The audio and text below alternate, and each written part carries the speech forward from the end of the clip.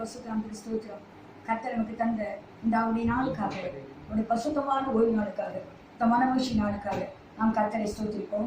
கர்த்தர் நாளில் அவருக்குள் நாம் கலிகூர்ந்து இருக்கும்படியாக கொடுக்கப்பட்ட நாள் 118 சங்கீதம் 25 வசனத்தில் எழுதப்பட்டது போல இந்த நாள் கர்த்தர் உண்டு பண்ணின நாள்.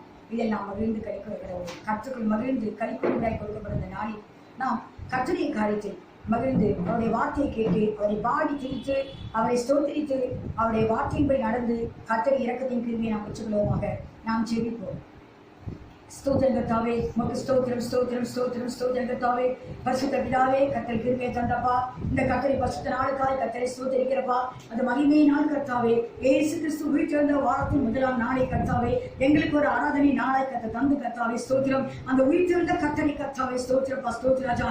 நாங்கள் அப்பா துதிக்கிறோம். அந்த உயிர்த்தெழுதலின் ஜீவனை பெற்றுக்கொண்ட நாங்கள் கர்த்தாவே அந்த ஜீவனோடு கூட சேர்ந்து கர்த்தரை ஆராதிக்க கர்த்தர் கொடுத்த கிருபைக்காய் கர்த்தர் நான் ஸ்தோத்திரிக்கிறப்பா ஸ்தோத்திராஜா ஸ்தோத்திரிக்கிறோம். இயேசுவே நன்றியோடு ஸ்தோத்திரிக்கிறோம். இதை மகிமை நாளென்று இடுவாயனால் அன்றது மனமகிழ்ச்சி நாளென்று இடுவாயனால் இதை நீ மனமகிழ்ச்சியா இருப்பாய் என்று சொன்ன கர்த்தாவே, நம்முடைய நாட்கள் எல்லாம் ஒருவேளை துக்கத்தின் நாட்களாய் போய்கொண்டிருக்கிறதை தேவன் அறிந்திருந்தாலப்பா ஸ்தோத்திரம். இதை மனமகிழ்ச்சி நாளாய் மாற்றி தேவன் வல்லவனப்பா ஸ்தோத்திராஜா. நாங்கள் கர்த்தரை ஆராதிக்கும் போது இந்த நாளை கர்த்தரின் மனமகிழ்ச்சியாக நாங்கள் செலவழிக்கும் போது உண்மையாகவே கர்த்தரை இல்லையப்பா ஸ்தோத்திரம் மனமகிழ்ச்சிக்குள்ளாக்குற தேவனா இருக்கிறப்பா. அதுக்காக நான் கர்த்தரை ஸ்தோத்திரிக்கிறப்பா ஸ்தோத்திராஜா ஸ்தோத்திரிக்கிறோம். துதிக்கிறாச்சாமுக்கு ஸ்தோத்திரப்பா ஸ்தோத்திரம். இந்த நாள் வட்டைகளை ஜீவனோடு வைத்திருக்கத்தாவே ஆண்டவரை துதிக்கிறப்பா ஸ்தோத்திரிக்கிறோம். எத்தனையோ வாரங்களாய் நாங்கள் கர்த்தரை வெளியரங்கமாய் ஆராதிக்க கூடாது இருந்தாலும் எங்களுடைய தேவனப்பா நாங்கள் கூடியிருக்கிற இடத்துல வந்து எங்களை ஆசீர்வதிக்கிற தேவனா இருக்கிறப்பா ஸ்தோத்திராஜா. அன்று கூட்டப்பட்ட அறைக்குள் வந்து ஆண்டவரை துதிக்கிற சீஷர்கள் கலங்கி இருக்கிற வேலையிலேப்பா ஸ்தோத்திரம். உங்களுக்கு சமாதானம் என்று சொன்ன கர்த்தரப்பா ஸ்தோத்திராஜா. இந்த நாளில் எங்கள் மத்தியில் வந்து எங்களுக்கு சமாதானத்தை கொடுத்து எங்களை ஆசீர்வதிக்கிற தேவனாக இருக்கிறபடினால் நான் கர்த்தரை ஸ்தோத்திரிக்கிறப்பா ஸ்தோத்திராஜா. இயேசு கிறிஸ்து சொன்ன வார்த்தையின்படி எங்கே 2 பேராது 3 பேராது என் நாமத்தில் குடிக்கிறார்களோ நான் மற்றவங்க இருக்கிறேன் என்று சொன்ன கர்த்தர் நீர் எங்கள் மத்தியில் இருக்கிறபடினால் நான் கர்த்தரை ஸ்தோத்திரிக்கிறப்பா ஸ்தோத்திராஜா. இந்த வேளையை நாம் இதுவரையுமே துதித்தோம், ஸ்தோத்திரித்தோம், மையப்படுத்துகிறோம். இப்பொழுது இந்த வசனத்தை தியானிக்க போகிறோம். ஆவியினர் தான் என்னோட ஆவிக்குரிய கண்களை திறந்து கர்த்தாவே அதோட ரகசியங்களை அறிந்து கொள்ள கர்த்தர் கிருபை செய்ய நான் ஜெபிக்கிறப்பா துதிக்கிறோம். தாவீது சொன்னது போல வேதத்தில் அதிசயங்களை பார்க்கும்படி என் கண்களை திறந்தேன் என்று ஜெபித்தது போலப்பா ஸ்தோத்திரம். எங்களுடைய மனக்கண்களை கர்த்தர் திறந்து கர்த்தாவே அந்த சீஷர்களுடைய மனக்கண்களை திறந்து கர்த்தாவே இயேசு கிறிஸ்து பாடுபடவும் மரிக்கவும் உயிர்த்தெழுந்திருக்கவும் கர்த்தர் உயிரோடு எழுந்திருக்கவும் வேண்டியது என்று சொல்லி அதை விலகி கொடுத்த கர்த்தர் இந்த நாளிலும் கர்த்தாவே அந்த உயிர்த்தெழுந்த கர்த்தரை நாங்கள் அப்பா ஸ்தோத்திரம் ஸ்தோத்திரம் அறிய வேண்டிய பிரகாரமாய் அறிந்து அவரை கர்த்தாவிற்கு தொழுது அவருடைய ராஜ்யத்தில் நாங்கள் ஆயத்தமாக பங்குகிற ஆயத்தமாக முடியாது. நீர் கர்த்தர் அந்த ஆராதனைக்கு தந்திருக்கிறீர். அவரை நீங்கள் ஆயத்தப்படுத்த உடைய கர்த்தருக்கு கொடுக்கிறேன். கர்த்தர் மீதியுடைய நேரங்களெல்லாம் நீங்கள் பொருட்படுத்திக் கொள்வீராக. ஆண்டவரே உமக்கு ஸ்தோத்திரம் ஸ்தோத்திரம். அடிமையிலே மறைத்து நீர் வெளிப்படுவீராக. கர்த்தருக்கு மாத்திரமே துதிகன மகிமையாவற்றி எடுக்கிறேன். இயேசு கிறிஸ்து நாமத்தில் ஜெபிக்கிறேன் ஜீவனுள்ள பிதாவே, ஆமென்.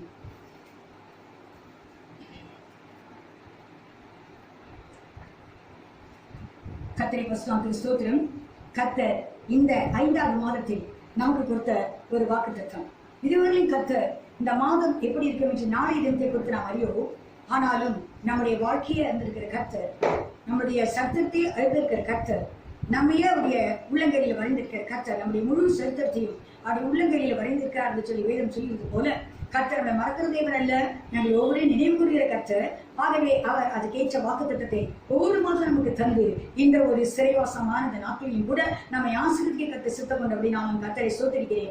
இந்த மாதத்தில் கர்த்தர் நமக்கு கொடுத்த வாக்குத்தத்தத்தை நாம் தியானிக்கலாம். சங்கீதம் 33 18 19 வசனங்கள். தமக்கு பயந்து தமது கிருபைக்கு காத்திருக்கிறவர்களின் ஆத்துமாக்களை மரணத்துக்கு விலக்கி விடுவிக்கவும் பஞ்சத்தில் அவர்களை உயிரோடை காக்கவும் கர்த்தருடைய கண் அவர்கள் மேல் நோக்கமாய் இருக்கிறது. நாம் இங்கே பார்க்கிறோம், கர்த்தருடைய கண்கள் நம்மேல் நோக்கமாக இருக்கிறது. கர்த்தருடைய கண்கள் நம்மை பார்த்துக் கொண்டிருக்கிறது. உலகத்தில் உள்ள எல்லாரையும் கர்த்தருடைய கண்கள் பார்த்துக் கொண்டிருக்கிறது. ஆனால் நீதிமொழிகளின் புஸ்தகம் 15ஆம் அதிகாரம் 3ஆம் வசனத்தில் எழுதப்பட்டிருக்கிறது, கர்த்தர் நல்லோரையும் தீயோரையும் கர்த்தருடைய கண்கள் நோக்கி பார்த்துக் கொண்டிருக்கிறதா. வாசிப்போமா?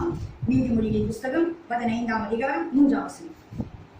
கர்த்தரின் கண்கள் எவ்விடத்திலிருந்து நல்லோரையும் தீயோரையும் நோக்கி பார்க்கிறது. நாம் இங்கே பார்க்கிறோம், எவ்விடத்திலும் இருந்து நாம் எந்த இடத்துல இருந்தாலும் சரி, ஒருவேளை நாம் தானியேலை போல சீக்கிரவே இருந்தாலும் சரி, நாம் எங்கே போவோ ஒரு எளிமையா போல ஒரு பாதாளத்தில் வினச்சின் பாதாள இடத்தை நாம் இருந்தாலும் சரி, கர்த்தருடைய கண்களை பார்த்துக் கொண்டிருக்கிறதாம்.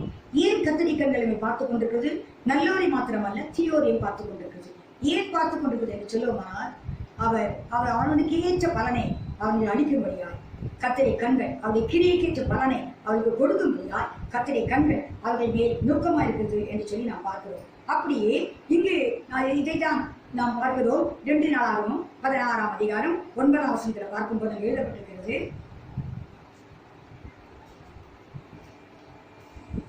2 நாளாகவும் 16ஆம் அதிகாரம் 9ஆம் வசனம்.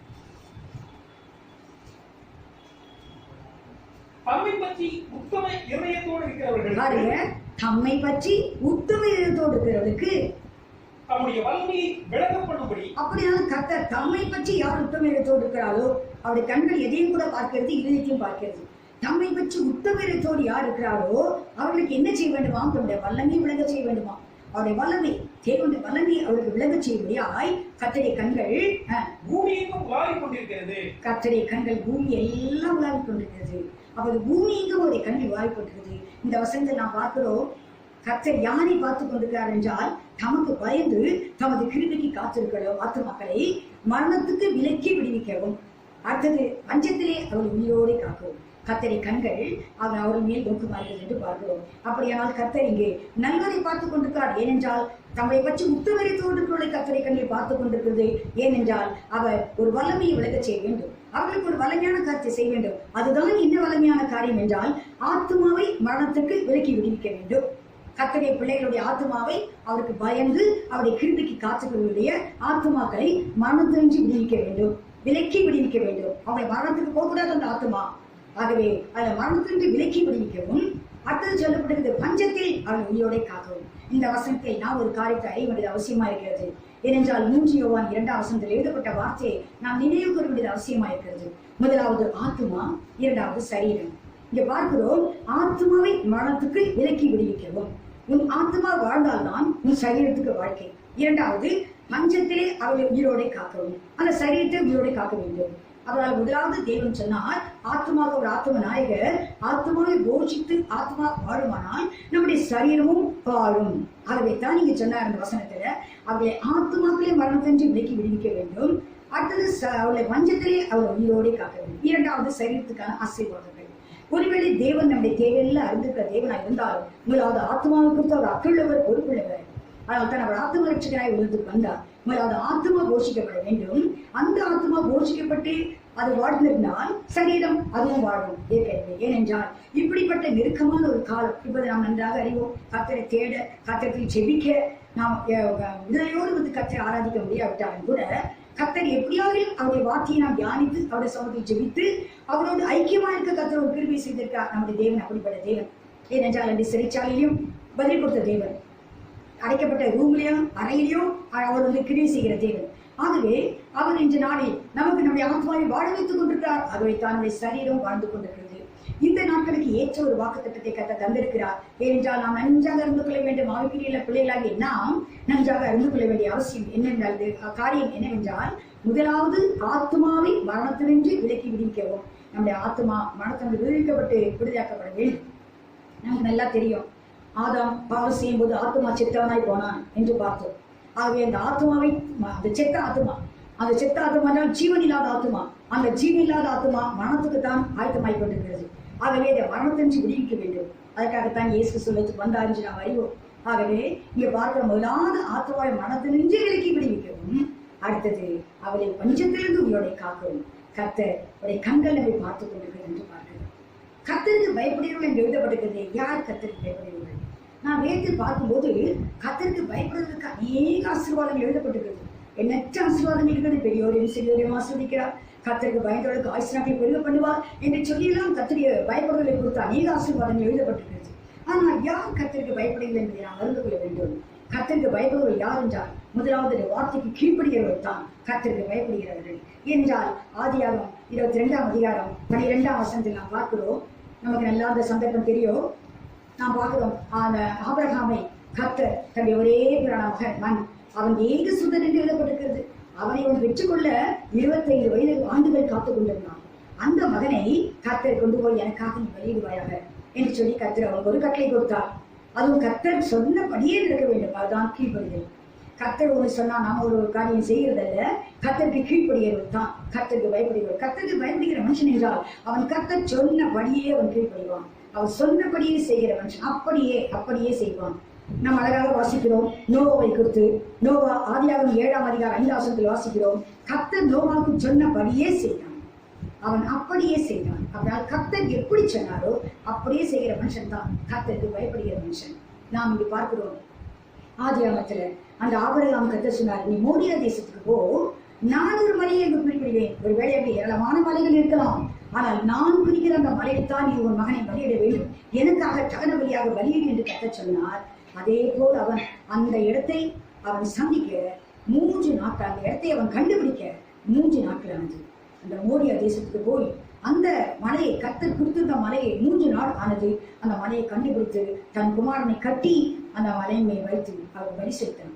பலி செலுத்ததுக்கு கையை ஓங்கும் போதுதான் தூதன் சொல்கிற வார்த்தை ஆதியாகமம் 22ஆம் அதிகாரம் 12ஆம் வசனத்தில், அப்பொழுது அவர், பிள்ளையாண்டான் மேல் உன் கையை போடாதே, அவருக்கு ஒன்றும் செய்யாதே, நீ அவனை புத்திரன் என்றும் உன் ஏக சுதன் என்றும் பாராமல் எனக்காக ஒப்புக் கொடுத்தபடியினால் நீ தேவனுக்கு பயப்படுகிறவன் என்று இப்பொழுது அறிந்திருக்கிறேன் என்றார். அப்படியானால் தேவனுக்கு பயப்படுகிற மனுஷனுடைய குவாலிட்டி, முதலாவது அவன் கர்த்தருக்கு கீழ்ப்படுவான், கர்த்தர் சொன்னபடியே செய்வான். அவர் சொன்னபடியே செய்கிற மனுஷன் இப்பொழுதுதான் நடந்து கொண்டே, அவர் சொல்கிறார், நீ அதே போல் செய்தபடினாலே இப்பொழுது நான் நடந்து கொண்டேன், நீ தேவனுக்கு பயப்படுகிறவன் என்று சொல்லி. அப்படினால் தேவனுக்கு பயப்படுகிற மனுஷன் முதலாவது செய்ய வேண்டிய காரியம், கர்த்தருக்கு பயப்படுகிறவன் என்று சொல்கிறவன் கீழ்ப்படிய வேண்டும்.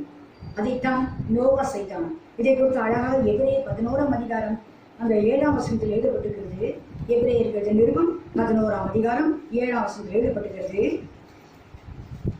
நோவா என்று சொல்கிறவன் காணாததை குறித்து எச்சரிப்பு பெற்றானா. அதனுடைய மழையே இல்லை, மழை இல்லை, அதான் காணாதது. அதோடைய மழை பெய்யவில்லை, நோவா காலம் வரலையோ, ஆனால் அவன் காணாததை குறித்து எச்சரிப்பு பெற்றான். கர்த்தர் ஜனங்களுடைய பாவத்தை பார்த்து, நான் ஜலத்தினால் இந்த உலகத்தை அழிக்க போறேன் என்று சொல்லி கர்த்தர் தீர்மானம் கொண்டு மனுஷனை அவர் உண்டாக்கினதற்காக விசனப்பட்டு அதனுடைய வருத்தப்பட்டு அதை அவருடைய இழுத்துக்கு விசனமாக இருந்ததாம். அந்த சமயத்தில் அவர் உலகத்தை அழிக்க தீர்மானம் கொண்ட போது நோவாவை பார்த்து சொல்கிறார், அவனை பார்த்து தேவ பயபக்தி உள்ளவனாகி தன் குடும்பத்தை ரட்சிக்க பேழை கொண்டு போயினான். அவனால் கர்த்தர் பயமும் பக்தியும் யாருக்கு இருப்பதோ அவன் தான் கர்த்தருக்கு பயப்படுகிற மனுஷன். கர்த்தர் மேல ஒரு பயம், அவன் நிச்சயமாய் கீழ்ப்படுவான். கர்த்தர் சொன்னபடியே செய்கிறான். தேவ எச்சரிப்பு பெற்று தன் குடும்பத்தை ரட்சிக்க. ஒருவேளை அன்று அநேகர் உலகத்தில் இருந்திருக்கலாம், ஆனால் ஒருவரும் கர்த்தரை வார்த்தை கீழ்ப்படியவில்லை. ஆனால் கர்த்தருக்கு வார்த்தைக்கு அப்படியே கீழ்ப்படுந்த, கர்த்தருக்கு பயப்படுகிறவன் என்று சொல்லத்தக்கதான ஒரு கீழ்ப்படுதலை பெற்றுக்கொண்ட நோவா ஒருவன் மாத்திரம் அவருடைய குடும்பத்தை ரட்சிப்பதற்காக பேழை உண்டு பண்ணினான் என்று சொல்லி அழகாய் திட்டமாய் தெளிவாய் வேதம் சொல்கிறது. 11:7 பார்க்கும்போது தன் குடும்பத்தை ரட்சிக்க பேழை உண்டு பண்ணினான். அப்படினால் கர்த்தர் தமக்கு கீழ்ப்படுகிற ஒரு மனுஷனை தேடிக்கொண்டிருக்கிறார். அவன் தான் கர்த்தருக்கு பயப்படுகிற மனுஷன். கர்த்தருக்கு பயப்படுகிறவர்களுக்கும் என்று நாம் பார்த்தோம், அவருடைய ஆத்மாவைத்தான் கர்த்தர் மனதில் என்று விலக்கி விடுவிக்கிறார். அப்படியால் முதலாவது கீழ்ப்படுகிற மனுஷன் தான் கர்த்தருக்கு பயப்படுகிறவன். அவர் சொன்னபடியே செய்கிற மனுஷன் கர்த்தருக்கு பயப்படுகிற மனுஷன். இரண்டாவது, கர்த்தருக்கு பயப்படுகிற மனுஷன் அவன் என்ன செய்வான் என்றால் ஆராதனை, கர்த்தருக்கு என்று ஆராதனை செய்வான், கர்த்தரை தொழுது கொள்வான். அது கர்த்தரை ஆராதனை என்று சொல்கிறது, கர்த்தரை கனப்படுத்துகிறது.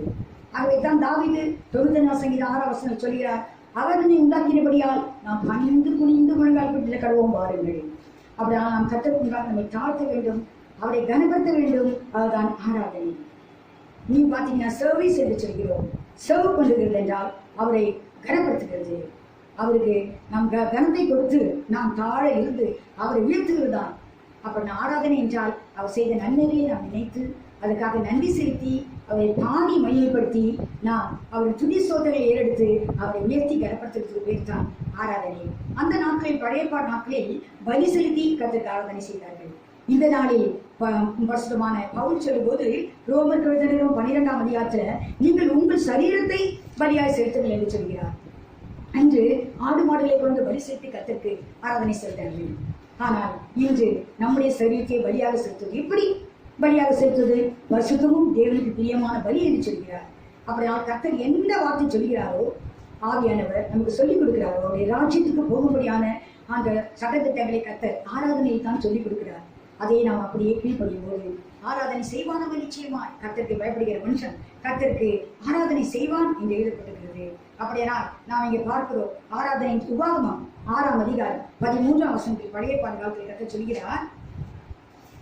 உபாகமம் 6:13 10:20 இரண்டாம் வாசிப்போம். உபாகமம் 10:20, 6:13 இரண்டு வாசிப்போம். உன் தேவனாகிய கர்த்தருக்கு பயந்து அவருக்கே ஆராதனை செய்து அவருடைய நாமத்தை கொண்ட ஆணையிடுவாயாக. பாருங்க, அவருக்கே ஆராதனை செய்து. அப்படியால் நாம் அந்த நாளை எதற்காக செலவழிக்கிறோமோ அதற்கு நாம் ஆராதனை செய்கிறோம் என்று அர்த்தம். நாம் கர்த்தரை கனப்படுத்தி அவரை ஸ்தோத்திரித்து அவரை உயர்த்தி நமக்கு ஜீவனை கொடுத்த நம்ம சுவாசத்தை அவர் கையில் வைத்திருக்கிற கர்த்தரை நாம் உயர்த்துவோமானால் நாம் அவருக்கு ஆராதனை செய்கிறோம். அதனால்தான் தாவீது சொன்னான், நம்மை உண்டாக்கின கர்த்தருக்கு முன்பாக நாம் பணிந்து குனிந்து முழங்காய்ப்பு இடக்கடவும் வாருங்கள் என்று சொல்லி நம்மை உண்டாக்கின தேவனுக்கு முன்பாக நம்ம தாழ்த்த வேண்டியது அவசியம். அதுதான் ஆராதனை. 10:20 வாசிப்போம். உபாகமம். உன் தேவனாகிய கர்த்தருக்கு பயந்து அவரை சேவித்து அவரை பற்றிக் கொண்டிருந்து அவருடைய நாமத்தை கொண்டு ஆணையிடுவாயாக. பாருங்க, அப்புறம் அவரை பற்றிக்கொள், அவரை அண்டிக்கொள், அவருக்கு ஆராதனை செய், அப்புறம் அவரை தொழுது கொள். அப்புறம் அவரை இரண்டாவது கர்த்தருக்கு பயப்படுகிற மனுஷன் கர்த்தருக்கு ஆராதனை செய்வான் என்றால் கர்த்தருக்கு பயந்து ஆராதனை செய்ய வேண்டும், அவரை சேவிக்க வேண்டும் என்று சொல்லி கர்த்தர் கட்டளையாக கொடுத்தார். பழைய ஏற்பாடு நாட்களிலே இயேசு கிறிஸ்து உலகத்துக்கு வருவதற்கு முன்பாகவே 7ஆம் நாளை ஓய்வு நாளை கொடுத்து கர்த்தர் அவரை ஆராதனை செய்ய வைத்தார். அது என்னவென்றால், நான் அவளை பரிசுத்தமாக்கினேன் என்பதற்கு அடையாளமாய் கொடுக்கப்பட்டது இந்த ஆராதனை. ஆகவே இந்த நாளில் இயேசு கிறிஸ்து உயிர்த்தெழுந்ததினால் நாம் வாழ்த்து முதல் நாள் கர்த்தரை ஆராதிக்கிறோம். ஆகவே நாம் கர்த்தருக்கு பயப்படுகிற மனுஷன் நிச்சயமாய் கர்த்தரை ஆராதிப்பான். நம்ம நல்லாவே தெரியும். தானியேலின் புத்தகத்துல 3ஆம் அதிகாரத்துல 3 புருஷர்களை குறித்து நாம் பார்க்கிறோம். Shadrach, Meshach, Abednego. அவர்கள் ராஜா தனக்கு முன்பாக பெரிய ஒரு தூராய்ந்த ஒரு சமபூமியில வைத்திருந்த பொச்சிலையை வணங்காமல் அவங்க அழகா சொல்றாங்க, நாங்கள் ஆராதிக்கிற எங்கள் தேவன் எங்களுக்கு தப்பிக்க வல்லவராக இருக்கிறார். ராஜாவாக உங்களுடைய கைக்கு நாங்கள் ஆராதிக்கிற தேவனை தப்பிக்க போனாலும் கூட நாங்கள் இதை செய்ய மாட்டோம். அவனால் அவர் ஒருவருக்கே ஆராதனை செய்வாயாக. அவர் ஒருவருக்கே. அவனால் கர்த்தர் ஒருவருக்கே யார் ஆராதனை செய்யான் அவன் தான் கர்த்தருக்கு பயப்படுகிற மனுஷன். கர்த்தருக்கு பயப்படுகிற மனுஷன் நிச்சயமாய் கர்த்தர் ஒருவருக்கு ஆராதனை செய்ய மறக்க மாட்டான். அந்த நாளை கர்த்தருக்காக செலவழிப்பான். புதிய ஏற்பாட்டை திட்டமாய் தெளிவாய் சொல்லப்பட்டிருக்கிறது. ரோமர் 12:1-2 பிரபஞ்சத்துக்கு ஒத்த வச்சு நீங்க தரிக்காதீங்க. தேவனுடைய பிரியமும் பசுத்தமும் அவருடைய பரிபூர்ணமான சித்தை மேற்கொண்டு பகுதி முடியாது. உங்கள் மனம் புதிதாகட்டும். அவனால் ஆராதனை நீ உன்னை ஒப்பு கொடுப்பாயானால், நீ வழியாக ஒப்பு கொடுப்பாயானால் கர்த்தர் உன்னை வசந்தபடி மாற்றுவார். அதுதான் மறுரூபம். உள்ளத்தில் மறுரூபம், மனதில் மறுரூபம், மனதில் மறுரூபம் அடைய வேண்டும். நாம் உள்ளான மனுஷனை நாளுக்கு நாள் புதிதாக்கப்பட வேண்டும். அதுதான் ஆராதனை. அதுக்காகத்தான் கர்த்தர் ஆராதனை தருகிறார். ஆராதனை தான் நாம் தேவராஜ்யத்துக்கு போகிற ஒரு வழியை நமக்கு சொல்லிக் கொடுக்கிறார். ஆகவே தான் வெளிப்படுத்தலுக்கு எழுதப்படுகிறது, ஆவியானவர் சபைகளுக்கு சொல்லுகிறதை காதில் அவன் கேட்கிறவன் என்று சொல்லி ஆவியானவர் பேசும்போது சபைகளுக்கு சொல்கிறார். இதற்காக அவரை பகவதில் சேர்க்கத்தான் கர்த்தர் சில சட்டத்திட்டங்களை கொடுக்கிறார். அதை நாம் கீழ்ப்படிய வேண்டும். அதுதான் ஆராதனை. ஆராதனை நிச்சயமாய் கர்த்தரை கனப்படுத்துவான். தானியேலை பார்க்கிறோம். ராஜாவை தான் தொழ வேண்டும் என்று சொல்லி 30 நாட்கள் ராஜாவை தவிர அவர் எதுவுமே சேமிக்க கூடாது என்று சொல்லி அவர்கள் பத்திரத்தை போட்டு கையெழுத்து போட்டுட்டார் ராஜா. ஆனாலும் கூட தானியேலின் புஸ்தகம் 6:10 எழுதப்பட்டிருந்து, திறந்தோறும் தானியேல் 3 வேளையும் எருசலேமை பார்த்து பலனை திறந்திருக்க கர்த்தரை ஆராய்த்து வந்தான், ஜெபம் செய்து வந்தான். அந்த பத்திரத்துக்கு கையெழுத்து வைக்கப்பட்டது என்று அறிந்த போதிலும் தன் வீட்டுக்குள்ளே போய் தன் மேல் அறையிலே எருசலேமுக்கு நேராக பலகணிகள் திறந்திருக்க அங்கே தான் செய்து வந்தபடியே தினம் 3 வேளையும் தன் தேவனுக்கு முன்பாக முழங்காற்படியிட்டு ஜெபம் பண்ணி ஸ்தோத்திரம் செலுத்தினான். கர்த்தருக்கு ஸ்தோத்திரம். இப்போ ஆராதனை செய்யக்கூடாது என்று கட்டளை வந்திருக்குது. தானியேல் ஆராதனை செய்யக்கூடாது என்று வந்த பின்போ முன்னாலே எப்படி இருந்ததோ அதன்படியே செய்தானா. இன்று கர்த்தரை பிள்ளையாகி நமக்கு கர்த்தர் அந்த கிருபையை தந்திருக்கிறார். நீ சர்ச்சுக்கு போய் ஆராதனை செய்யாத என்றால் நம்ம வீட்டில இருந்து கர்த்தர் ஆராதனை செய்ய வைத்திருக்கிறார். கர்த்தருக்கு ஸ்தோத்திரம். அந்த ஆலயம் அந்த கட்டடத்தில் மாத்திரம் கர்த்தர் வரப்போவதில்லை. கர்த்தர் நம்ம எங்க கர்த்தர் ஆராதிக்கிறோமோ அந்த இடத்துல நம்ம வந்து ஆசீர்வதிப்பார். இதை குறித்து யாத்திராமத்தில் எழுதப்பட்டிருக்குது. அவர் நம் மண்ணினாலே நீ வெளிப்படுத்தி உண்டாக்கி நீ வந்து அவரை நோக்கி நீ அவருக்கு நீ பலியிடுவாயானால் அவர் வந்து உன்னை அந்த இடத்தில் வந்து ஆஸ்வதிப்பார் என்று எழுதப்பட்டிருக்கிறது. ஆகவே கர்த்தர் நிச்சயமாய் அவனை ஆஸ்வதிக்க முடியாது. நம்மை இந்த நாளுக்குரிய ஆசுவத்தால் நிற்க முடியாது. ஏன்னா ரெட்டிப்பான ஆசுவத்தை கர்த்தர் தருகிறார் சொல்லியிருக்கிறார் வேதத்துல இந்த ஆராதனை மூலமாய். அதை நாம் பெற்றுக்கொள்வதற்காக கர்த்தர் இந்த ஆராதனையை நாம் எங்கிருந்தாலும் செய்ய கர்த்தர் கிருபை செய்திருக்கிறார். கர்த்தருக்கு ஸ்தோத்திரம். அப்படித்தான் தானியேல் என்று செய்தான். கர்த்தர் சிறிய கேள்வியிலிருந்து தானியேலை காப்பாற்றினார். தானியேல் அழகாய் சொல்கிறான், நீ எப்படி சிறிய கேள்வியிலிருந்து காப்பாற்றப்பட்டாய் என்று சொல்லி ராஜா கேட்கும்போது அவன் சொல்றான், நான் கர்த்தருக்கு முன்பாக குற்றமற்றனாயிருந்தேன். முதலாவது அவனால் நீ ஆராதனை செய்யும்போது கர்த்தருக்காக குற்றமற்றவன், நீ தேவனுக்கு பயப்படுகிற மனுஷன். ஆகவே நீ கர்த்தருக்கு குற்றமற்றவனாய் இருந்தேன். ராஜாவாக முன்பாக நான் நீதிக்கு செய்யவில்லை. ஆகவே என்னை கர்த்தர் காப்பாற்றினார். அவர் சிங்கத்தின் வாயை கட்டி போட்டார். அப்படினால் கர்த்தருக்கு பயப்படுகிற மனுஷன் இரண்டாவது காரியமாக ஆராதனை செய்வான். அவன் அந்த ஆராதனையை எந்த விதத்தில் விட மாட்டான். இவன் அந்த ஆராதனை என்று சொல்கிறது நமக்கு மிகவும் ஒரு முக்கியமான ஒரு காரியம். அப்படியான சவுலுக்கு பயந்து தாவீது ஓடிக்கொண்டிருக்கும் போது கூட அந்த ஆராதனை செய்ய முடியவில்லை என்று சொல்லி அவன் மிக துக்கத்தோடு சொல்கிறான். 42ஆம் சங்கீதத்தில் 4ஆம் வசனத்துல, முன்னே நான் பண்டிகை ஆசிக்கிற ஜனங்களோடே போய் வருவனே தேவாலயத்துக்கு, அவன் நீக்கும் போது என் உள்ளம் எனக்கு விடுகிறது. அதில் கர்த்தருக்கு பயப்படுகிற பிள்ளைகள் நிச்சயமாய் கர்த்தருக்கு ஆராதனை செய்கிறார்கள். அது தவற விடுகிறதே இல்லை. இந்த ஆராதனை தேவ பிள்ளைகளுக்கு ஒரு அடையாளம். அழகாய் கர்த்தர் சொன்னார், நான் உங்களை பரிசுத்தப்படுத்தினேன் என்பதற்கு அடையாளமாய் கொடுக்கப்பட்ட இந்த ஆராதனை என்று சொன்னார். ஆகவே நாம் கர்த்தரை ஆராதிக்கிறவன் தான் கர்த்தருக்கு பயப்படுகிற மனுஷன். மூன்றாவதாக கர்த்தருக்கு பயப்படுகிறவன் என்று சொல்லும்போது பாவம் செய்யக்கூடிய சூழ்நிலைகள் வந்தாலும் அதை செய்யாதபடி தப்பித்து ஓடி விடுவான். ஏனென்றால் நீதிமொழியின் புஸ்தகம் 8ஆம் அதிகாரம் 13ஆம் வசனத்தில் எழுதப்பட்டிருக்கிறது, தீமையை வெறுப்பதே கர்த்தருக்கு பயப்படுகிற பயம். மூன்றாவது பார்க்கும்போது தீமையை வெறுப்பது, தீமை செய்யக்கூடிய ஒரு சந்தர்ப்பங்கள் வந்தாலும் அதிலிருந்து தப்பித்து ஓடி விடுவார்கள், அதை வெறுத்து. அதுதான் கர்த்தருக்கு பயப்படுகிற பயம். மூன்றாவது கர்த்தருக்கு பயப்படுகிற மனுஷன் தீமையை வெறுப்பான். யார் என்று தீமை செய்ய பயப்படுகிறார்களோ அவர் நிச்சயமாய் கர்த்தருக்கு பயந்தவர்கள். நாம் இங்கே பார்க்கிறோம், யோசேப்பு ஆதியாகமம் 39ஆம் அதிகாரத்தில் ஒரு பாவம் செய்யக்கூடிய ஒரு சூழ்நிலை வந்தது, ஒரு சந்தர்ப்பம் வந்தது. ஆனால் அவன் சொல்கிறான், நான் இவ்வளவு பெரிதான பாவத்தை கர்த்தருடன் நான் செய்வது எப்படி என்று சொல்லி அந்த இடத்தை விட்டு ஓடி போனான். அதனால் அவனுக்கு பெரிய குற்றச்சாட்டு வந்தது. அதை பற்றி அவன் கவலைப்படவே இல்லை. அதுக்கு வந்து ரிசல்ட், அவன் சிறைச்சாலையில் போக வேண்டியிருந்தது. அவன் எவ்வளவு காலம் சிறைச்சாலை இருக்கணுமோ அவ்வளவு காலம் அவன் சிறைச்சாலையில் பொறுமையா இருந்தான். ஏறக்குறைய 13 வருஷங்கள் சிறைச்சாலையில் இருந்தான். 30 வயதாகும் போதுதான் பார்வோன் திரும்பவும் அவனை கூப்பிட்டு அவனுக்கு ஒரு உயரை கொடுத்தான். அவனுக்கு தெரியும். அப்படியானால் இன்னை கர்த்தருக்கு பயப்படுகிற மனுஷன் பாவம் செய்யக்கூடிய சூழ்நிலைகள் வந்தாலும் அதுக்கு தப்பித்து ஓடி விடுவான். தன்னை பாவத்துக்கு உட்படுத்த மாட்டான். என்றால் அவன் தீமையை வெறுக்கிறவனாக இருப்பான். தானியேலின் புத்தகத்தில் போடப்பட்டிருக்கிறது 1ஆம் அதிகாரத்துல நமக்கு நன்றாக தெரியும், ராஜா இந்த ராஜ போஜனத்தை சாப்பிட வேண்டும் என்று சொல்லி வாலிபனுக்கு சொன்னார். ஆனால் அவன் அதை விரும்பவில்லை. தன்னுடைய சரீரத்தை தீண்டுபடுத்த இடம் கொடுக்கவில்லை. என்றால் தன் சரீரம் தேவனுடைய ஆலயம் என்பதை அவன் தேவத்தின் மூலமாய் அறியவில்லை. ஆனால் அவனுக்கு ஒரு வைராக்கியம், நான் இந்த சரீரத்தை நான் தீண்டுபட்ட இடம் கொடுக்கக்கூடாது என்று சொல்லி அந்த பிரதானி கிட்ட அவன் கேட்டுக்கொண்டான். அந்த பிரதானியினுடைய கண்களில் கத்த இரக்கம் செய்ய கட்டளையிட்டான். அவரை தீட்டுப்படவில்லை. தானியேலும் அவனுடைய மூன்று சகோதரர்களும் சாத்ராக், மேஷாக், ஆபேத்நேகோ 4 பேரும். ஆகவே கர்த்தர் உயர்த்தினார், ஆசீர்வதித்தார். மற்ற எல்லா வாலிபரை காட்டிலும் 10 மடங்கு சமத்தராக்கினாராம். எல்லாருடைய ஞானத்தையும் கொடுத்து என்று சொல்லி கடைசி வசனத்தில் எழுதப்பட்டிருக்கிறது தானியேல் புத்தகத்தில் 1ஆம் அதிகாரத்தில். அப்படியானால் இன்று கர்த்தருக்கு பயப்படுகிற மனுஷன் பாவம் செய்யக்கூடிய ஒரு சூழ்நிலை வந்தாலும் சந்தர்ப்பங்கள் வந்தாலும் அது தன்னை விடுவித்துக் கொள்வான். அதிலிருந்து ஓடி விடுவான். அவன் பாவம் செய்ய இடம் கொடுக்க மாட்டான். தன் சரீரத்தை தீட்டுப்பட இடம் கொடுக்க மாட்டான். அவன் தான் கர்த்தருக்கு பயப்படுகிற மனுஷன். ஏனென்றால் கர்த்தருக்கு பயப்படுகிற மனுஷனுக்கு தான் கர்த்தர் ஆத்மாவை மரணத்திலிருந்து விடுவிக்கிறார் என்று சொல்லி நாம் பார்க்கிறோம். ஆகவே கர்த்தருக்கு பயப்படுகிற மனுஷனை கர்த்தர் விதமாக ஆசீர்வதிக்கிறார். 4வது காரியம், கர்த்தர் நடத்தி வருகிற வழியிலே அவருடைய கையில் அடங்கி இருப்பான் கர்த்தருக்கு பயப்படுகிற மனுஷன். எரேமியாவின் புத்தகம் 2ஆம் அதிகாரம் 17 - 19 பார்ப்பதை குறித்து நாம் பார்க்கிறோம். கர்த்தர் சொல்கிறார், நான் உன்னை நடத்தி வந்த காலத்திலே நீ என் கையை விட்டு விலகி போனதாலவோ உனக்கு நேரிட பண்ணினாய். ஆகவே நீ உன்னை என்ன இல்லை தெரியுமா, கர்த்தருக்கு பயப்படுகிற பயம் இல்லை. இது ஒரு கசப்பான காரியம் என்று கர்த்தர் சொல்கிறார். வாசிப்போமா? எரேமியாவின் புத்தகம் 2ஆம் அதிகாரம் 19ஆம் வசனம்.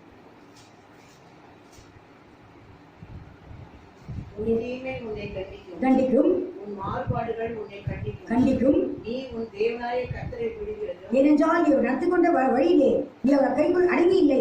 ஆகவே கைவிட்டு வெளியே ஓடி போனான். ஆகவே கர்த்தர் சொல்கிறார், என்னை பற்றும் பயம் உன்னிடத்தில் இல்லாமல். பார்த்தீங்களா, என்னை குறித்த பயம் உன்னிடத்தில் இல்லை. என்னை குறித்து பயம் இருக்குமானால் என்னை நடத்துகிற கர்த்தருக்கு நீ கீழ்ப்படுத்திருப்பாய். கர்த்தர் அழகா சொல்றாரு, எந்த மெய்ப்பன் எவனோ அவன் கைக்கு அந்த ஆடுகள் அடங்கி இருக்கும்.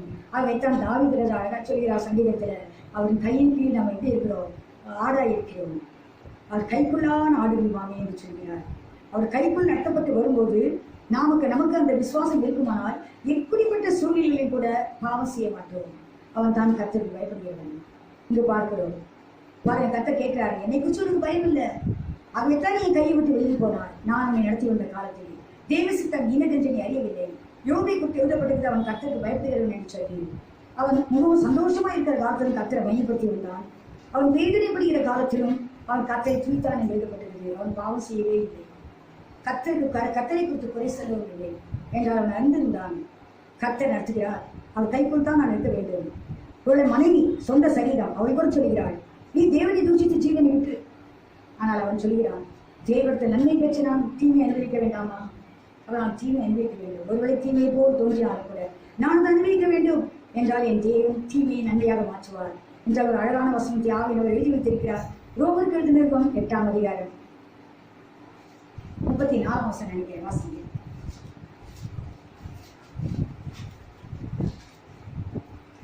ரோமருக்கு எழுதின நிருபம் 8ஆம் அதிகாரத்தில் 34ஆம் வசனம், சொந்த குமார் என்று பாராமல் ஆக்கினைக்குள்ளாக தீர்க்கிறவர் யார்? கிறிஸ்துவே மரித்தார், அவரே எழுந்திருக்கிறார், அவரே தேவனுடைய தம்முடைய சொந்த குமார் என்று பாராமல் அவரே நமக்காக ஒப்பு கொடுத்தவர் மற்ற எல்லாவற்றையும் நமக்கு அல்லாதிருப்பது எப்படி? அதனால் கர்த்தர் சொந்த குமாரனே கொடுத்தாரே, மற்றதை நம்ம கொடுக்க மாட்டாரா? ஒருவேளை இப்போது சூழ்நிலை சந்தர்ப்பங்கள் குறைவாக இருக்கலாம், பட்டினியாக இருக்கலாம், எந்த ஆசீர்வாதம் இல்லாமல் இருக்கலாம். ஆனால் சொந்த குமாரனே கொடுத்து விட்டாரே, மற்ற எல்லாவற்றையும் நம்ம கொடுக்க மாட்டாரா? நிச்சயமாக கொடுப்பார். அவரோட நிச்சயமான வார்த்தை பாருங்க, சொந்த குமாரன் என்று பாராமல் அவரையே நமக்காக ஒப்பு கொடுத்தது மற்ற எல்லாவற்றையும் நமக்கு அல்லாதிருப்பது எல்லாவற்றையும் நிச்சயமாக கொடுப்பான். அவள் இந்த காலம் அப்படி இருக்கிறது. அதுதான் யோகு பெற்றுக்கொண்டான். அவன் நன்றாக அறிவோம் வெற்றிப்பான ஆசீர்வாதத்தை அவன் பெற்றுக்கொண்டான். ஒருவேளை சொந்த பந்தங்கள் அவனுடைய சிநேகிதர்கள் கூட அவனை குறித்து குறை சொன்னாலே தவிர அவன் நல்லவன் என்று யாருமே சொல்லவில்லை. ஆனாலும் கடைசியில் கர்த்தர் சொல்கிறார், அவனை போல ஒருத்தர் இல்லை. அதனால அவன் தான் ஜெபிக்க வேண்டும். அவனுடைய ஜெபத்தை நான் கேட்க முடியும். எட்டிப்பாய் கொடுத்த பின்பு தான் சொந்த பந்தங்கள்லாம் வந்தாங்க, அவனுக்கு பரிசை கொடுத்தார்கள். அப்படின்னா கர்த்தருக்கு பயப்படுகிற மனுஷன் எந்த சூழ்நிலையும் அவர் கைக்குள் அடங்கியிருப்பான். இது கர்த்தர் நடத்துகிற வழி. இதில் நாம் அமைதியாக போய்கொண்டிருக்க வேண்டும். இதையும் என் தேவன் நன்மையாக மாற்றுவார். இப்போது நம்ம நிலைமை அப்படித்தான் இருக்கிறது. இந்த ஊரடங்கு நிலைமையிலையும் நம்ம கர்த்தருடைய கையில் இருக்கிறோம் என்பதை நாம் உணர்வோமானால் எப்படிப்பட்ட குறைவிலையும் சூழ்நிலையிலும் கூட நாம் அமைதியாய் கர்த்தரை ஸ்தோத்தித்துக் கொண்டுதான் இருக்கிறோம். கர்த்தரை குறை சொல்ல மாட்டோம். யோகா அப்படித்தான் எழுதப்பட்டிருக்கிறது. அவன் கர்த்தரை குறை சொல்லவில்லை, அவனுடைய வாயினால் அவன் பாவம் செய்யவில்லை. கர்த்தரை ஸ்தோத்தித்துக் கொண்டிருந்தான், வெற்றிப்பான ஆசீர்வாதத்தை பெற்றுக்கொண்டான். ஒருவேளை நாம் ஜெபித்துக் கொண்டிருக்கிறோம், கர்த்தர் இந்த சூழ்நிலையை மாற்றி நாம் மீண்டும் கர்த்தரை ஆராதிக்க உதவி செய்வார் என்று சொல்லி நிச்சயமாய் செய்வார். கர்த்தர் செய்வார். கர்த்தர் செய்ய நீக்கு தடைபடாது. ஆகவே தான் நீ கர்த்தருக்கு பயப்படுகிற மனுஷன் முதலாளி பார்க்கிறோம், அவன் எந்த ஒரு சூழ்நிலையிலும் கர்த்தரை கையில் அடங்கித்தான் இருப்பான். கர்த்தரை கையை விட்டு வெளியே வர மாட்டான். அடுத்தது 1 ராஜாக்கள் 18ஆம் அதிகாரம் 3ஆம் வசனத்தில் எழுதப்பட்டிருக்கிறது. கர்த்தருக்கு பயந்தவர்த்தன் அவனே சாட்சி கொடுக்கிறான். வாசிப்போமா? 1 ராஜாக்கள் 18ஆம் அதிகாரம் 3ஆம் வசனம். மறுபடியால் அரண்மனை விசாரிப்புக்காரனாகிய உபதியாவை அழைப்பித்தான். உபதியா கர்த்தருக்கு மிகவும் பயந்து நடக்கிறவனாய் இருந்தார். பார்க்கிறோம், இங்க கர்த்தருக்கு மிகவும் பயப்படுகிறவனாய் இருந்தான். எந்த காரியத்தை வைத்து அவன் கர்த்தருக்கு பயப்படுகிறவன் என்று சொல்லப்பட்டிருக்கிறது என்றால் அவன் அடுத்தது சொல்கிறான், தேவ பிள்ளைகளை ஏசபேல் தீர்க்கதரிசிகளை துன்பப்படுத்திக் கொண்டிருந்தார்கள். ஏனென்றால் ஆகாலுடைய தீர்க்கதரிசிகளை எலியா கொண்டு போட்டார் அல்லவா? கர்த்தரை தெய்வம் என்று சொல்லி காட்டி நம்முடைய தேவன் தான் தெய்வம் என்று சொல்லி எல்லாம் அறிக்கை செய்வதனே அந்த தீர்க்கதரிசிகள் எல்லாரையும் கொண்டு போட்டாரே. இந்த செய்தியை ஏசபேல் கேட்டவுடனே ஆகாப் ராஜாவுடைய மனைவியாக ஏசபேல் கர்த்தரை பிள்ளைகளை துன்பப்படுத்த தொடங்கிவிட்டாள். அவருடைய தீர்க்கதரிசிகளை அடைத்து வைத்து அவரை சிறுமைப்படுத்த ஆரம்பித்தாள். அப்பொழுது ஒபதியா 50 பேராக 100 தீர்க்கதரிசிகளுக்கு அப்பவும் தண்ணீரும் கொடுத்தானாம். அதிலே தொடர்ந்து வாசிப்போமா? அடுத்த வசனங்கள் அதிலே தொடர்ந்து வருது பாருங்க. எசபேல் கர்த்தரை தீர்க்கதரிசிகளை சங்கரிக்கிற போது ஒபதியா 100 தீர்க்கதரிசிகளை சேர்த்து அவர்களை கெவிக்கு 50 பேராக ஒழித்து வைத்து அவர்களுக்கு அப்பமும் தண்ணீரும் கொடுத்து அவர்களை பராமரித்து வந்தார். பாருங்க, அப்பமும் தண்ணீரும் கொடுத்து அவரை பராமரித்து வருகிறான். கர்த்தரை பிள்ளைகள் சிறுமைப்படுகிற வேளையிலே அவளை பாதுகாத்து அவளை போஷித்து வருகிறான். ஆகவே தான் அவன் கர்த்தருக்கு பயப்படுகிறவன். அவன் சொல்கிறான், நான் கர்த்தருக்கு பயப்படுகிறவன். கர்த்தருக்கு பயப்படுகிறவன் இந்த காரியத்தை நிச்சயமாய் செய்வான்.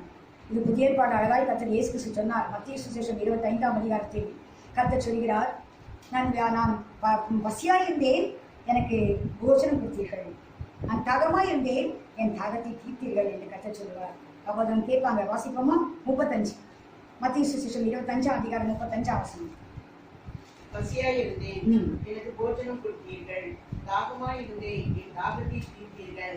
அந்நியனாயிருந்தேன், என்னை சேர்த்துக் கொண்டீர்கள். போதும். அடுத்தது 37 வாசிங்க. 37. அப்பொழுது நீதிமான்கள் அவருக்கு பிரதியுத்தரமாக, ஆண்டவரே, நாங்கள் எப்பொழுது உம்மை பசியுள்ளவராக கண்டு உமக்கு போஜனம் கொடுத்தோம், எப்பொழுது உம்மை தாகமுள்ளவராக கண்டு தீர்த்தோ, எப்பொழுது உம்மை அந்நியராக கண்டு சேர்த்துக் கொண்டோ, எப்பொழுது உம்மை வஸ்திரமில்லாதவராக கண்டு உமக்கு வஸ்திரம் கொடுத்தோ. போதும். அப்படியே 40ஆம் வசனம் வாசிங்க. அதற்கு ராஜா பிரதியுத்தரமாக, மிகவும் சிறியவராகி என் சகோதரரான இவர்களில் ஒருவருக்கு நீங்கள் எதை செய்தீர்களோ அதை எனக்கே செய்தீர்கள் என்று மெய்யாகவே உங்களுக்கு சொல்கிறேன் என்றார். அடுத்தது அதனால என்ன சொன்னாரு? அப்பொழுது இடது பக்கத்தில் இருப்பவர்களை போதும் வலது பக்கத்துல பார்த்து என்ன சொல்றாரு? பிதாவால் ஆஸ்வதிக்கப்பட்டவர்களே, உங்களுக்காக ஆயத்தமாக்கப்பட்ட ராஜ்யத்தை சொந்தத்துக் கொள்ளுங்கள் என்று சொல்கிறார். அப்படியால் இந்த காரியத்தை அந்த உபதியா செய்தார். கர்த்தரை தீர்க்கதரிசிகள் சங்கரிக்கப்படுகிற போது, அவர் இல்லாத போது அவர்களை போஷிக்கிறான். ஏனென்றால் அவன் கர்த்தருக்கு பயப்படுகிறவன். அப்படியால் கர்த்தருக்கு பயப்படுகிற பிள்ளைகளை அவன் போஷிக்கிறான் இருந்தால் தான் அவன் தைரியமாய் சொல்கிறான், நான் கர்த்தருக்கு பயப்படுகிறவன் என்று அவனை குறித்து அவனே சாட்சி கொடுக்கிறான். ஆகவே அடுத்தது பார்க்கிறோம், கர்த்தருக்கு பயப்படுகிற மனுஷன் அநியாயம் செய்ய மாட்டான், கர்த்தருக்கு விரோதமான பாவங்களை செய்ய மாட்டான், கர்த்தர் வெறுக்கிற காரியங்களை செய்ய மாட்டான். பார்ப்போம், வாசிப்போம். லேவியராகமம் 19ஆம் அதிகாரம் 14:32 வாசிப்போம்.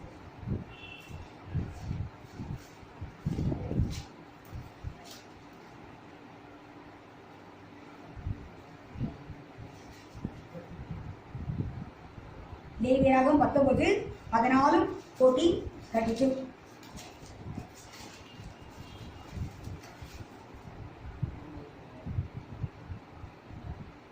செம்மனை நிந்தியாமலும் உடலுக்கு உன்னை தடுக்கலை வையாமலும் உன் தேவனுக்கு பயந்திருப்பாயாக, நான் கர்த்தர். கர்த்தர் சொல்கிறார். அடுத்து 32ஆம் வசனம்.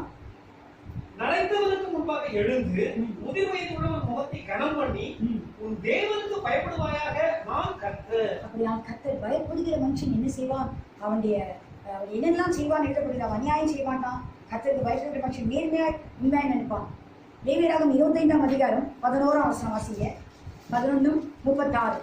லேவியராகமம் 25. அந்த 50ஆம் வருஷம் உங்களுக்கு யூபிலி வருஷமாய் 25ஆம் அதிகாரம் லேவியராகமம் 11:36.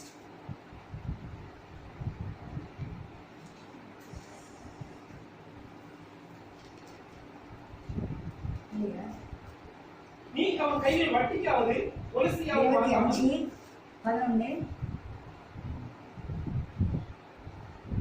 அந்த 50ஆம் வருஷம் உங்களில் ஒருவரும் பிறனுக்கு அநியாயமாய் செய்யக்கூடாது, தேவனுக்கு பயப்பட வேண்டும், நான் உங்கள் தேவனாகிய கர்த்தர். அப்ப பிறனுக்கு என்ன செய்யக்கூடாது? அநியாயம். 36. நீ அவன் கையில் வட்டியாவது துளசியாவது வாங்காமல் உன் தேவனுக்கு பயந்து உன் சகோதரன் உன்னோட பிழைக்கும்படி செய்வாயாக. அப்படியால் கர்த்தர் இந்த காரியங்களை அநியாயம் செய்யக்கூடாது, அக்கிரமம் செய்யக்கூடாது. கர்த்தருக்கு பயந்தவன், தேவனுக்கு பயப்படுகிறவன் இப்படித்தான் இருப்பான். கர்த்தர் சட்டத்திட்டங்களை சொல்லி வச்சிருக்கிறார். இதைத்தான் நாம் 2 தீமோத்தேயு 2:19 பார்க்கிறோம். கிறிஸ்துவின் நாமத்தை சொல்லுகிற எவனும் அநியாயத்தை விட்டு விலகக்கடவன் என்பது அதற்கு முத்திரையா இருக்கிறது என்று சொல்லப்பட்டிருக்கிறது. பாருங்க, புதிய ஏற்பாட்டிலே இந்த வார்த்தையை சொல்றாரு. கிறிஸ்துவின் நாமத்தை சொல்லுகிறவன் அவன் கர்த்தருக்கு பயந்தவன், அவன் அநியாயம் செய்ய மாட்டான். ஆகவே கர்த்தருக்கு பயப்படுகிற மனுஷன் இப்படி இல்லாமல் இருக்கிறவன் தான் கர்த்தருக்கு பயப்படுகிற ஒரு மனுஷன். கடைசியாய் கர்த்தருக்கு பயப்படுகிறவன் கர்த்தருக்கு பிரியமான காரியங்களை செய்வான். கொர்நேலியு கர்த்தருக்கு பிரியமாய் செய்தான். வாசிப்போமா? அப்போஸ்தலர் 10ஆம் அதிகாரம் 2ஆம் வசனம் வாசி. அவன் தேவபக்தி உள்ளவனும் தன் வீட்டார் அனைவரோடும் தேவனுக்கு பயந்தவனுமாய் இருந்து. பாருங்க, தேவனுக்கு பயந்தவன் என்று அவனை பற்றி எழுதப்பட்டிருக்கிறது. ஏனென்றால் அவன் என்ன செய்கிறான்? ஜனங்களுக்கு மிகுந்த தர்மங்களை செய்து எப்பொழுதும் தேவனை நோக்கி ஜெபம் பண்ணி கொண்டிருந்தான். பாருங்க, கர்த்தருக்கு தர்மம் செய்கிறான். கர்த்தருக்கு அநேக கர்த்தர்களுக்கு தர்மம் செய்கிறான். இது கர்த்தருக்கு ரொம்ப பிரியமான காரியம். எபிரேயர் 13:16 எழுதப்பட்டிருக்கிறது, நன்மை செய்வதும் தான தர்மம் செய்வதும் மறவாதீர்கள், இப்படிப்பட்ட பலியின் மேல் தேவன் பிரியமா இருக்கிறார். தேவனுக்கு பயந்த மனுஷன் எப்போதும் கர்த்தரோடு ஐக்கியம் வைத்திருப்பான், எப்போதும் நன்மை செய்து கொண்டிருப்பான், தான தர்மம் செய்து கர்த்தருக்கு பிரியமான காரியங்களை செய்து கொண்டிருப்பான். அவன் குடும்பத்தோடு தேவத்துள்ளனாய் இருந்தான். அவன் ரட்சிப்பை குறித்து அறியவில்லை. கர்த்தர் அவனுக்கு ரட்சிப்பை வெளிப்படுத்தி கொடுக்கிறார். தூதன் மூலமாக அவனுக்கு ரட்சிப்பை வெளிப்படுத்தி கொடுத்தார். பேதுருவை வரவழை என்று சொல்லி பேதுரு அனுப்பி பேதுரு மூலமாய் அவனை உற்றார். அவனுடைய குடும்பங்கள் முழுவதும் ரட்சிக்கப்பட்டது என்று நாம் பார்க்கிறோம். அப்படின்னா கர்த்தருக்கு பயந்த மனுஷர்கள் இப்படித்தான் இருப்பார்கள். மல்கியா புத்தகத்துல கடைசியை கர்த்தர் சொல்றாரு 1:6, நான் எஜமானானால் எனக்கு பயப்படுகிற பயம் எங்கே? நான் தகப்பனானால் எனக்கு கொடுக்கிற கனம் எங்கே? நான் பிதாவானால் எனக்கு கொடுக்கிற கனம் எங்கே?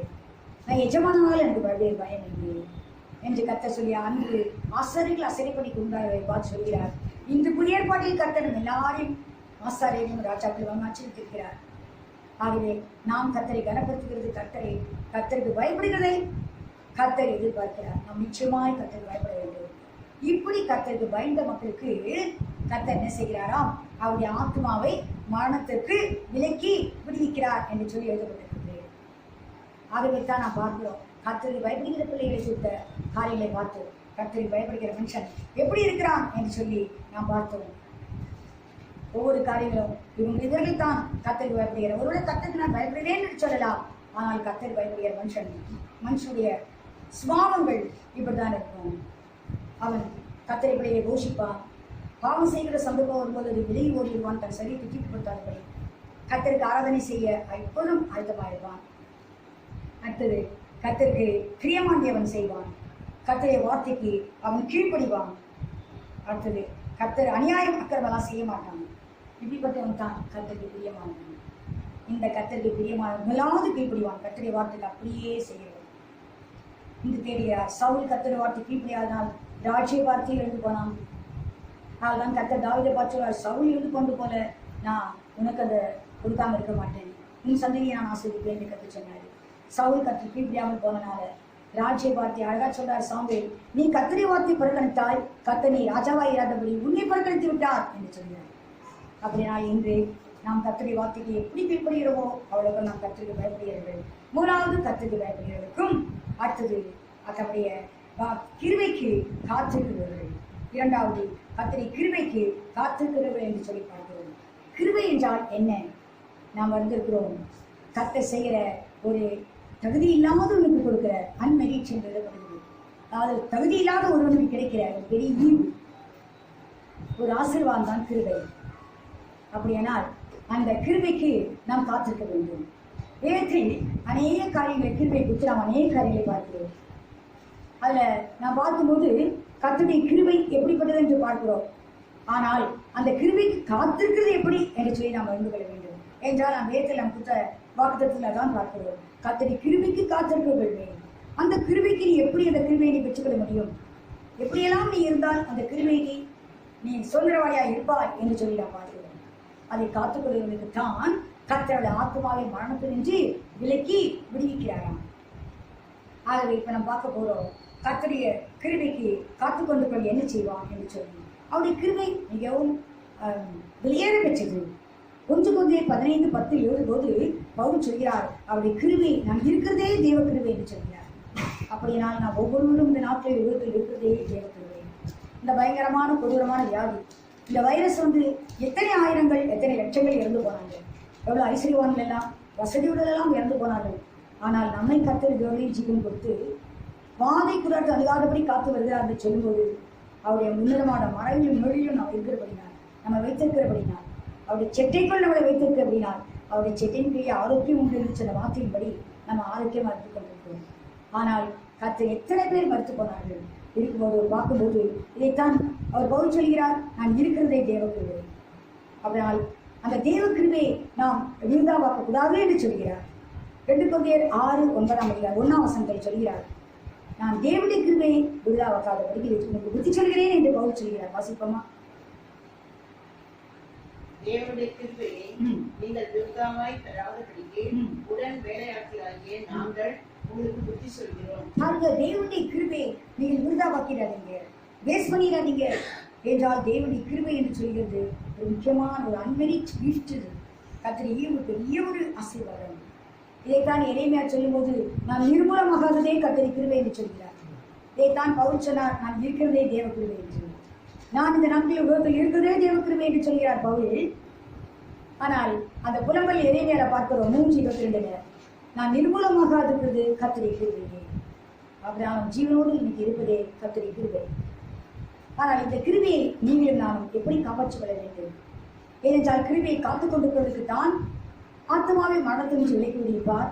2வது சரீரத்துக்கான நன்மை பஞ்சத்திலிருந்து விலக்கி காப்பார். 2 ஆசீர்வாதங்களை கற்றுக்கிறார். ஆரோக்கிய ஆசீர்வாதம், சரீர பிரகாரமான ஆசீர்வாதம். அவர் 2 ஆசீர்வாதங்களை நாம் பெற்றுக்கொள்ள நாம் என்ன செய்ய வேண்டும்? அவருடைய கிருபை. நாம் ஆராதனை என்று சொல்வோமானாலும் கூட வேதத்தில் எழுதப்பட்டிருக்குது. சங்கீதம் 48:9 நாங்கள் தேவ ஆலயத்தை எது தெரியுமா சிந்திக்கிறோம்? கர்த்தருடைய கிருபையை சிந்தித்துக் கொண்டிருக்கிறோம். அப்படினால் தேவ கிருபை எது? தேவனுடைய கிருபை என்று சொல்கிறது எது? பெரிய கிருபை வாசிங்க. 48 சங்கீதம் 9 வசனத்துல பாருங்க, நாங்க ஆலயத்தில் வந்து ஆராதனை செய்யும்போது கூட கர்த்தருடைய கிருபையை தான் சிந்திக்கிறோம். என்ன கிருபை அது? ரட்சிப்பு தான் பெரிய கிருபை. கர்த்தர் நம்ம கொடுத்த ரட்சிப்பு, இந்த ஆத்மாவுக்கு கொடுத்த ஒரு பெரிய ஒரு பாதுகாப்பு தான் ரட்சிப்பு. அதனால தான் கர்த்தர் சொன்னார் 126 சங்கீதத்துல, கர்த்தர் உன் ஆத்மாவை காக்கிறார், அவருடைய போக்கிய வர்த்தனை கொண்டு என்றைக்கும் காக்கிறார். முதலாவது ஆத்மாவை காக்கிறாரே, ஏனென்றால் இனி வரக்கூடிய நாட்களில் நிலையான ஒரு வாழ்க்கை, ஒரு அசுரமான வாழ்க்கை பெற வேண்டுமானால் ஆத்மா வாழ வேண்டும். அதுக்குத்தான் பலன். இந்த ஆத்மா வாழக்கூடிய காரியத்துக்கு தான் அவர் ஆத்மாவை பாருங்க ரட்சிக்கிற தேவன் காக்கிறார் என்றால் அந்த ஆத்மாவை அழிவுக்கு விலக்கி காக்கிறார் கர்த்தர். அப்படியால் கர்த்தருடைய கிருபை என்று சொல்கிறது ரொம்ப வெளியேற பெற்றது. இந்த ஆத்மாவை நீங்களும் நானும் காக்க முடியாது. நாம் சரீரத்தை வேணால் பாதுகாத்துக் கொள்ளலாம், ஆனால் ஆத்மாவை காக்க முடியாது. அதுக்கு வேண்டிய ஆகாரம் அவர் தான் ஜீவ வார்த்தையை கொடுத்து அந்த ஆத்மாவை காக்க வேண்டும். அதான் அழகா சொன்னார் கர்த்தர், அப்பத்தினாலே மாத்திரமல்ல தேவனுடைய வாழ்ந்து பற்றிய ஒவ்வொரு வார்த்தையும் படிப்பார். இந்த ஆத்மா பிடிக்க வேண்டும்தான் தேவனுடைய வாழ்ந்து பற்றிய வார்த்தை தேவை நமக்கு. சரீர ஆகாரம் இல்லை. ஒரு மனுஷனை குறித்து கூட கர்த்தர் சொன்னார், வாசிக்க வேண்டாம். லூக்கா 12 அவன் சரீரத்துக்கு தேவையான ஆகாரத்தை எல்லாம் சேர்த்து வச்சுட்டு, ஆத்மாவே நீ கவலைப்படாது, உனக்கு வேண்டிய எல்லா ஆகாரத்தையும் சேர்த்து கர்த்தர் சொன்னாரு, மதிக்கிறனே இன்று நீ மதிப்பாயானால் நீ சேர்த்து வைத்துடுவது யாருடைய யாரும் சொன்னார். அப்புறம் அந்த ஆத்மாவை பாதுகாக்க நம்மால் முடியாது. நம்ம ஒரு அழகான ஒரு ஐஸ்வரான குறித்து நம்ம வேதத்தில் வாசிக்கிறோம். லூக்கா 16 வாசிக்க வேண்டாம். அதில் பார்த்தீங்கன்னா ஒரு எக்ஸாம்பிள் தான் சொல்கிறேன். ரத்தாம்பரம் ஊற்றிக்கிட்டான், நல்ல சாப்பாடு சாப்பிட்டான், சம்பரமாக சாப்பிட்டான், எல்லாம் செஞ்சான். ஆனால் அவன் பாதாளத்தில் வேதனைப்பட்டான். ஆனால் ஒன்றுமே இல்லாத லாசு, ஒருவேளை ஆகாரத்துக்காக மேஜையிலிருந்து ஒரு துணிக்கை விழுமா அதை சாப்பிடலாம் என்று ஆசைப்பட்டு கொண்ட லாசு அவன் ஆபிரகாம் அடிக்கு போய்விட்டான். ஆனால் இவன் ஆத்துமா செத்தவனாய் பாதாளத்தை வேதனைப்பட்டு கொண்டிருக்கிறான். அப்போது அவன் சொல்கிறான், நான் தெரியாமல் இடத்துக்கு வந்துட்டேன் ஆண்டவரே, என்னுடைய சகோதரன் இடத்துக்கு வரக்கூடாது. ஆகவே என் சகோதரிக்கு யாரையாவது நீ அனுப்பி செபிக்கிறான். அந்த செபங்கள் கூட கேட்கப்படவில்லை, கர்த்தருக்கு பதிலளிக்கவில்லை. கர்த்தர் அதுக்கு எந்த காரியம் செய்யறதாய் வேதத்தில் சொல்லப்படவில்லை. அவனால் ஆத்துமா மிக முக்கியமான ஒரு காரியம். இதை குறித்து தான் நான் 49 சங்கீதத்தில் ரொம்ப அழகாக சொல்லப்பட்டிருக்கிறேன். இந்த ரட்சிப்பு என்று சொல்கிறது ஆத்ம ரட்சிப்பு வெளியேற பெற்றது. இதைத்தான் நாம் 49 சங்கீதத்தில் எழுதப்பட்டிருக்கிறது, ஆத்ம மீட்பு அருமையானது. That is precious. ஆத்ம மீட்பு அருமையானது என்றால் திருச்சொல்லில் பார்த்தீங்கன்னா precious என்று எழுதப்படுகிறது, வெளியேற பெற்றது, அது ஒப்பற்றது, அதுக்கு நிகரானது எதுவுமே இல்லை ஆத்ம ரட்சிப்புக்கு. அதனால் அது விலை ஒருபோதும் முடியாது. அப்படியானால் ஏனென்றால் இந்த ஆத்மா வாழ்ந்தால் அதுக்கு பரலோகத்தில் வாழ்க்கை, அதுக்கு நீ எவ்வளவு பணம் கொடுத்து அதை சம்பாதிக்க முடியாது என்று கற்று சொல்கிறார். இன்று ஃபர்ஸ்ட் கிளாஸ் டிக்கெட் வாங்க எல்லாராலையும் முடியாது. ஆர்டினரி செகண்ட் கிளாஸ் டிக்கெட் வாங்குறோம், அதுவும் முடியாதவங்க அன்ரிசர்வ்ல போகிறோம் பிரயாணம் பண்ணி. ஆனால் இன்னைக்கு அதை காட்டிலும் வெளியேற பெற்றது நீ கொடுத்து போதாது, அது ஒருபோதும் முடியாது என்றால் அந்த நீருடைய வாழ நிச்சயமான ஒரு வாழ்க்கையை நீ வாழ்வதற்கு ஆத்மா வாழ முடியாது. நீ எதுவுமே கொடுத்து அதை பெற்றுக்கொள்ள முடியாது என்று கற்று சொல்கிறார். நான் இயேசு விசுவாசாவை மாத்திரம்தான். ஆகவே தான் அந்த ரட்சிப்பு என்று சொல்வது மிகவும் பெரியது. இதை குறித்து எபிரேயர் 2 எழுதப்படுகிறது, இவ்வளவு பெரிதான ரட்சிப்பை குறித்து நீங்கள் கவலை செய்தார். அப்போ அந்த ரட்சிப்பை குறித்து நாம் எப்போதும் கவலைப்பட வேண்டியது ரொம்ப அவசியமான ஒரு காரியம். அப்படியால் அந்த கிருபை என்று சொல்கிறது அதுதான். இந்த கிருபையை நீங்களும் நானும் எப்படி காத்துக்கொள்ள முடியும் என்று சொல்லி பாருங்க. இந்த கிருபை என்று சொல்கிறது நான் சொன்னேன், ஆத்ம ரட்சிப்பு என்று சொன்னேன். இந்த ஆத்ம ரட்சிப்பை நீங்களும் நானும் எப்படி காத்துக்கொள்ள முடியும்? முதலாவது ஆத்ம ரட்சிப்புக்குத்தான் இந்த கிருபையை பற்றிக்கொள்ள கடவுள் என்று எபிரேயர் 12:28 அது ஆராதனை மிகவும் முக்கியமானது. இந்த ரட்சிப்பை நீங்கள் காத்துக்கொள்ள வேண்டுமானால் நமக்கு ஆராதனை மிக முக்கியமான ஒரு காரியம். எபிரேயர் 12:28 பார்க்கிறோம். ஆதலால் அசைவில்லாத ராஜ்யத்தின் பேர்களாகிய நாம் பயத்தோடும் பக்தியோடும் கர்த்தருக்கு ஆராதனை செய்யும்படிக்கு அவருடைய கிருபையை பற்றி கொண்டிருக்க கடவுள். அவனால் கர்த்தர் கொடுத்து அந்த கிருபையை எப்படி பெற்றுக்கொள்ள முடியும் தெரியுமா? அதை எப்படி காத்துக்கொள்ள முடியும்? இந்த ஆராதனை மூலமாகத்தான். முதலாவது காரியம் ஏனென்றால் தம்முடைய கிருபைக்கு காத்திருக்கிறவர்கள் மேல் இந்த ஆத்மாவை மரணத்தன்று விடுகிறார் எழுதப்படுகிறது. அவள் தான் இந்த ரட்சிப்பை காத்துக்கொள்ள முடியும். ஆத்மா மரணத்தன்று விடுவிக்கப்பட முடியும். ஆகவே இந்த ஆராதனை என்று சொல்கிறது மிக முக்கியமான ஒரு காரியம். இதை குறித்து நாம் கடந்த பாத்திரம் கூட வாசித்தோம். அது கர்த்தருக்கு பயத்தோடு பக்தியோடு கர்த்தருக்கு ஆராதனை செய்ய வேண்டும். அடுத்தது நாம் பார்க்குறோம், இரண்டாவது கர்த்தருடைய கிருபை யாருக்கு இருக்கும்?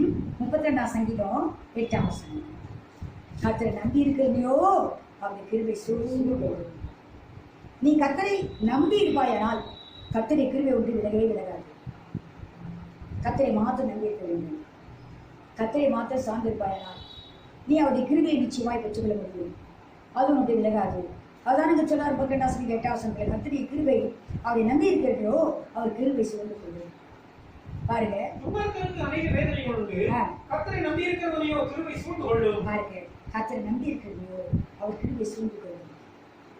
எபிரேயர் 3:6 கூட அழகா வாசிப்பார், எழுதப்பட்டிருக்கிறது, மோசே தேவனுடைய வீட்டில் எங்கேயோ உண்மையுள்ளனாயிருந்தான், அவன் வேலைக்காராய் உண்மையுள்ளனாயிருந்தான், நான் இயேசு கிறிஸ்து குமாரனாயிருந்து உண்மையுள்ளனாயிருந்தார். ஆகவே இதை நீ நம்பிக்கை அவர் மேல் நம்பிக்கையா இருப்பாயானால் அந்த நம்பிக்கை உனக்கு தைரியத்தை கொடுக்கும். முழு தைரியத்தை கடைசி மட்டும் நீ இதை பற்றி கொண்டிருப்பாயானால் நீ அவருடைய வீடாய் இருப்பாய் என்று எழுதப்படுகிறது. அது எந்த நம்பிக்கை? வாசிக்கிறான், எபிரேயர் 3:6 வாசிங்க. கிறிஸ்துவோ அவருடைய வீட்டிற்கு மேற்பட்டவரான குமாரனாய். ஏனென்றால் மேற்பட்டாக குமாரன் ஏன் சொல்லப்படுகிறதுனா, மோசே வேலைக்காரனாக இருந்தான், பணிவிடைக்காரனாக இருந்தான். அவருடைய வீட்டில் எங்கு உண்மையானான்னு சொல்லப்படுகிறது மோசை குறித்து. தேவனுடைய வீடு என்று சொல்வது சபை. சபையில் மோசே கர்த்தருக்கு உண்மையாக இருந்தான். ஆனால் இயேசு கிறிஸ்து சபை, அந்த சபை ஆவிக்குரிய சபை. இதற்கு இயேசு கிறிஸ்து தலையாக இருக்கிறார், நாம் ஒரு சரீரமாக இருக்கிறோம். ஆவிக்குரிய பிள்ளைகள் நாம், இதுதான் அவருடைய சரீரம். இதற்கு அவர் தலையாக இருந்துச்சுக்கிறாரு. இந்த வீட்டுக்கு அவர் எஜமான். இந்த இயேசு கிறிஸ்துவோ அவர் குமாரன், அவருக்கு எந்த வேலைக்காரனும் இல்லை, சொந்த குமாரன். ஆனால் அதை எழுதப்பட்டிருக்கு, வாசிங்க. குமாரனாக உண்மை உள்ளவராய் இருக்கிறார். உண்மையுள்ளவராய் இருக்கிறார்.